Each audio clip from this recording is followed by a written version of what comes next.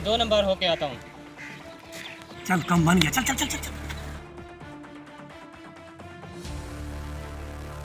हाँ, खजूर कहाँ गए? पेटी भी नहीं, ज़मीन खा गई, जैन भूत खा गए। आज के बाद इस जगह पर नहीं आना।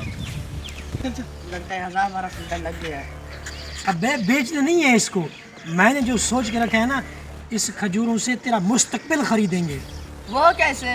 ये गधे, तुम्हें पता तो है इम्तिहान हो रहे हैं, तुम्हारे मास्टर को देंगे ना।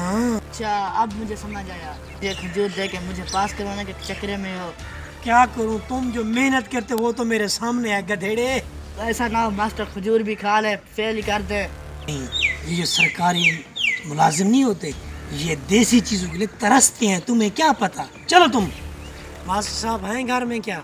यार राय पर इस वक्त किसी से नहीं मिली। हम उनके लिए गिफ्ट लेके आए, काम कुछ नहीं है। चलो आ जाओ। मास्टर साहब, हम आपके लिए गिफ्ट लेके आए हैं, मौसम का मेवा है, ये खजूर है, कबूल करें।